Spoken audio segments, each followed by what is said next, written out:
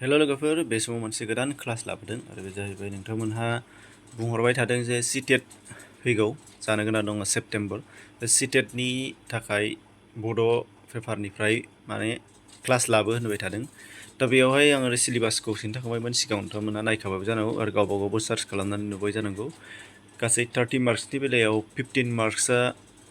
माने ग्रामारनिफ्राय फैगोन एबा बेखौ माने पेसेजनिफ्राय होनाय जागोन बेखौ खिन्थादोंमोन आरो 15 मार्क्सआनो गासिबो कमप्लिट पेडागजिनिफ्राय फैनाय जागोन। दा बेयाव पेडागजि हिसाबै बेखायनो नोंथांमोननो नैबे बाराव भिडिअ लाबोदों आरो कमप्लिट 5 नाम्बार 15 मार्क्सनि जिहेतु ग्रामार फैगोन पेसेजनिफ्राय, बेखौ ग्रामारनि थाखाय गियान मोननो थाखाय नोंथांमोनहा क्लासखौ डिसक्रिपसनाव लिंक दं, बेजों कमप्लिट टेटनि थाखाय लानाय ग्रामार क्लास बेनो सोलिजोबो, बेखौ नायबानो जाबाय। मानो होनबा ग्रामारा सोलायनो रोङा। बेनिफ्राय बाखि पेसेजखौ माने मडेलखौ गावसोर माब्रै बानायगोन बेनि सायावसो सोनारगोन, बेयो बबेनिफ्राय लाबोगोन बेखौ आं सिगाङाव बुंदों। दानिया नैबाय जोंमोन मा पेडागजिनि बेलायावहाय लेंगुवेजनियाव फार्स्टनिफ्रायनो लालांनो नाजादों, गोबावैबाबो जेसेबां हायो। मानो होनबा दा दैज्लांनि सम, गायनाय फुनाय सम आरो लोमजा साजानि सम जादों, ओंखायनो एकदम माने सुगानो गैया, माने टाइमखौनो होनो हायाखै आरो। दा बेखायनो नैबे बाराव नोंथांमोननो लाबोदों बाहाय मा लेंगुवेज लार्निं एन्ड एक्विजिसन, बेनि सायाव आरोखि, माने राव सोलोंनाय आरो आरजिनाय। एक्विजिसन माने आरजिनाय। दा बेनि सायाव गासै 15+ जोबोद इम्परटेन्ट कुइसन कालेक्ट खालामनानै फैथाव आरो माब्लाबा फैखांनाय बेफोरखौ नोंथांमोननो लाबोनो नागिरदों। बेनिफ्राय आरो बांसिन नोंथांमोनहा गावबाव नागिरनानै लानो जाबाव। बाखि बेखिनिखौ नोंथांमोनाबो ला, मानो होनबा बेफोरबो फैनो हागौ, बे हिसाबैसो होनाय जादों आरो। बेनिफ्राय बेनो फैथारगोन, बेनो लाथार, नैबेबादिया आंनिफ्राय जाया, बेबायदि जाथावथारा। दानिफ्राय नायदो, फार्स्टनिफ्राय जोङो नायसै। When a language is learned naturally and without any systematic practice, it is called नों जेराव माने रावखौ हारसिङैनो सोलोंबोनाय जायो, जेबो खान्थिफोरनि माबा गैया,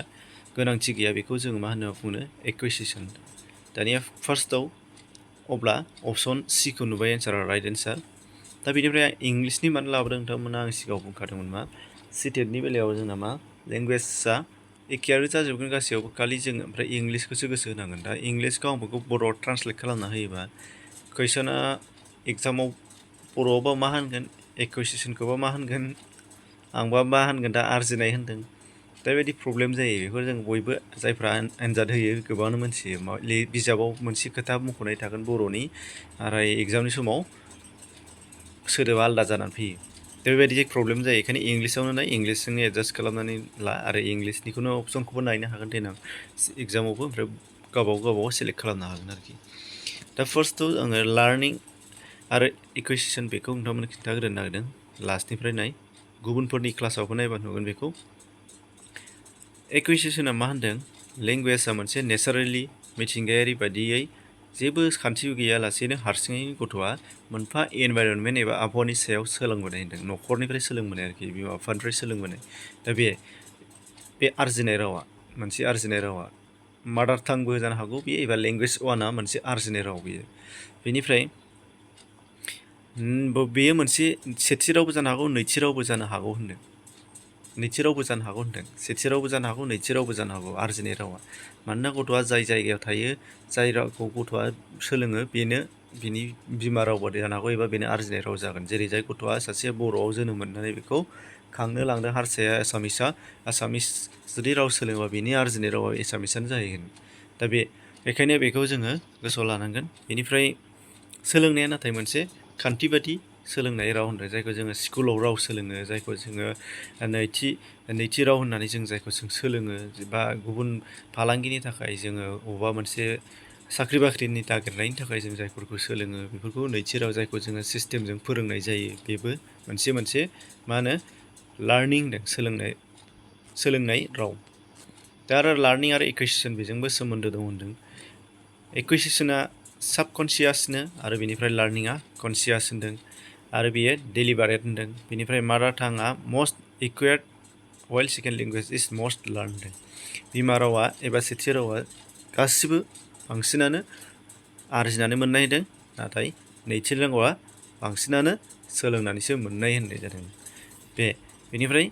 बिनि उनावहाय जोङो फार्स्टनिफ्राय फैफिनदो कुइसन हिसाबै फारि खारफिनदिनि। सेकेन्ड नाम्बाराव दंमोन मा which of the following statement about language acquisition and learning is not true बबेया गोरोन्थि होननाय जादों आरोखि होमबा बेयाव मा नुबाय जोङो acquisition is a natural process होनदों option D होनदों acquisition requires conscious effort होनदों दहायसो दासो होनबोदोंमोन जोङो acquisitionआ subconscious होनदोंमोन बेखायनो बेयो option D आ गोरोन्थि गोजौना गासिबो होमबा गोजौनि राइटखौ जों गोसोआव लाजोबनांगोन learning results in subject proficiency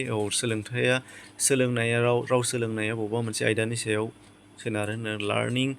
is a continuous process सोलोंनाया जोबनो गैया थांबाय थायो नंगौ acquisition is a natural process दहाय खिन्थाखादोंमोन acquisitionआ naturally जाखांबोयो होनदों बेबो मोनथाम सोदोब बाथ्राखौ गोसोआव लानांगोन जोङो not true होननानै बुंबाथाय गोरोन्थि मोनसेल' थायो गोरोन्थिखौ माब्लाबाबो गोसोआव लानांला जों गोजौनि नोंथारगौसो गोसोआव लानांगोन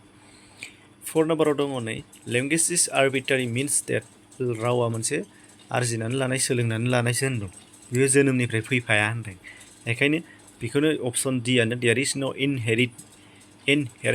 relation between word and their meaning होनदों सोदोब आरो ओंथिफोरा मा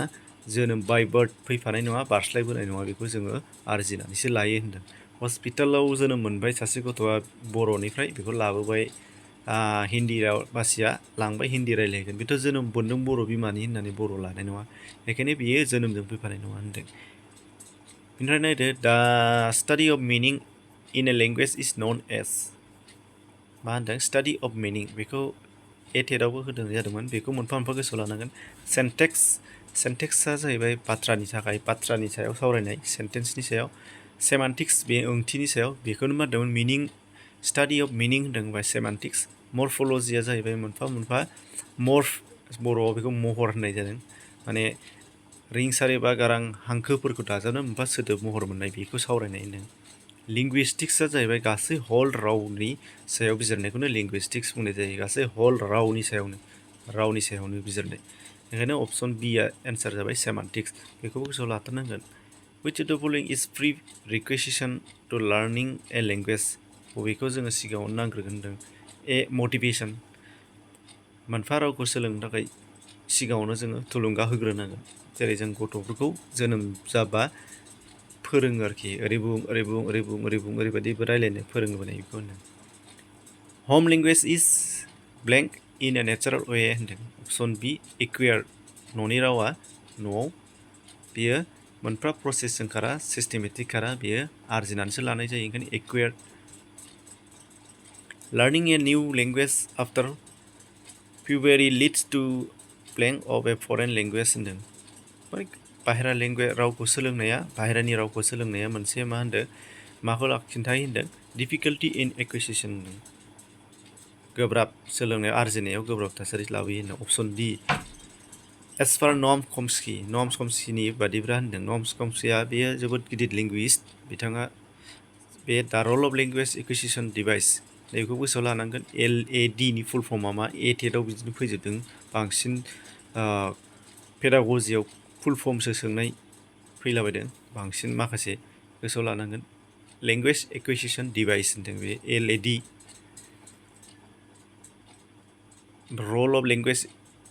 एक्विजिसन डिभाइसआ मा होनदों रलआ मा होनदों LAD निया सि अपसननो जेनेरेल ग्रामार रुल्स होनदों रावखान्थिनि खान्थि दानाय होननाय जादों generate grammar rules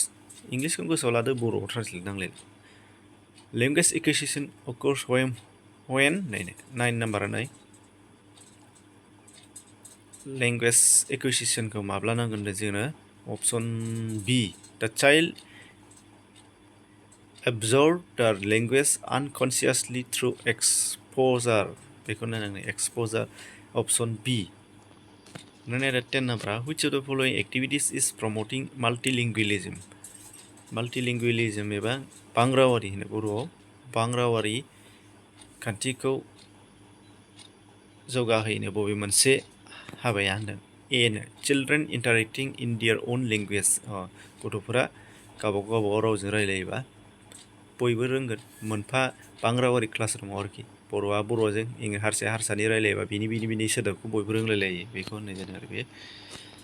next 11 according to national curriculum framework 2005 बेखौ नायनांगौ NCF 2005 नि बादिब्ला which of the following is or are objects of language teaching learning objective बबे मोनसे objectiveआ फोरोंनायनि बिखान्थि होनदों बाहाय होदों मा 1 2 3 होनानै गोरोबहोनाय दङ नायदो अप्शन C होनदों राइट एन्सारा 1 2 3 अप्शन C बा 1 2 3 जागोन बा मा जागोन दा complete competence to understand what one hears बेनिफ्राय ability to read with comprehension आरो बेनिफ्राय effortless expression बे मोनथाम होनदों 12 नाम्बार नायदो which one of the following activities come under CALP नि बादिब्ला बबे हाबाफारिया फैगोन CALP आ cognitive academic language proficiency नै बेखौबो गोसोआव लादो CALP आरो बेनिफ्राय BICS खौबो गोसोआव लादो बेबो फैगोन बेफोरबादिसो language नि short form एबा pedagogy नि short form खौ गोसोआव लाथारनांगोन basic interpersonal communicative skill बेखौ लादो बेनिफ्राय नायदो 12 नाम्बाराव होमब्ला CLP नि बादिब्ला बबे activities होनदोंमोन D writing book reviews बेखौ नायदो according to NCP National Curriculum Framework बे 2005 नि बादिबा position of English language in India is इंराजि रावा second language गोलैयो होनदों C होनबा हिन्दीखौ first language लायो नन हिन्दीयावबो बर' मिडियामावबो नायदो बर'आ first language second language हिसाबै इंलिसखौनो लायो दा बेखायनो बेयाव बुजिना लाहरदो LP स्कुलावबाबो बेनिफ्राय नायदो अब्ला 14 language acquisition means राव आरजिनाया मा होननाय जादों A number learning a language naturally without much practice गोबां माने सोलोंनाय खान्थिजों गैयालासेबाबो हारसिङैनो रोंनाय होनदों बे दहायनिफ्रायनो होनबोबाय थानाय बेखौ बुजिबानो हागोन 15 more specifically language engagement is associated with बबे मोनसेजों नायदो C both A and B होनदों बा minor language tribal language minor आरो tribal बे मोननैबो language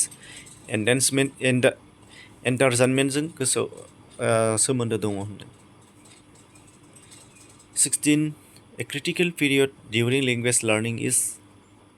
राव सोलोंनायाव बबे मोनसेया गोब्राब थासारि फैयो होनदों option A the period during which language can be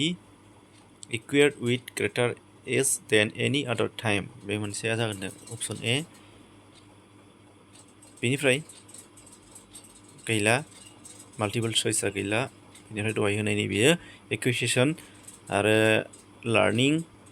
आरो बेनिफ्राय acquisition आरो learning मोननैनिबो सोमोन्दो बे दङ गाहायाव दा बेखौ नोंथांमोना PDF मोनगोन डिसक्रिप्शनाव लिंक दं बेजों थांनानै डाउनलड खालाम आरामसे गोसोबादि नाय बबेबा बुंनायाव गोरोन्थि जानो हागौ बबेबा कारेक्सन खालामनायाव गोरोन्थि जानो हागौ नोंथांमोना बेखौ PDF लाबा हारसिङैनो थख' नायना लानो हानाय जागोन एसेनोसै गोजोन्थों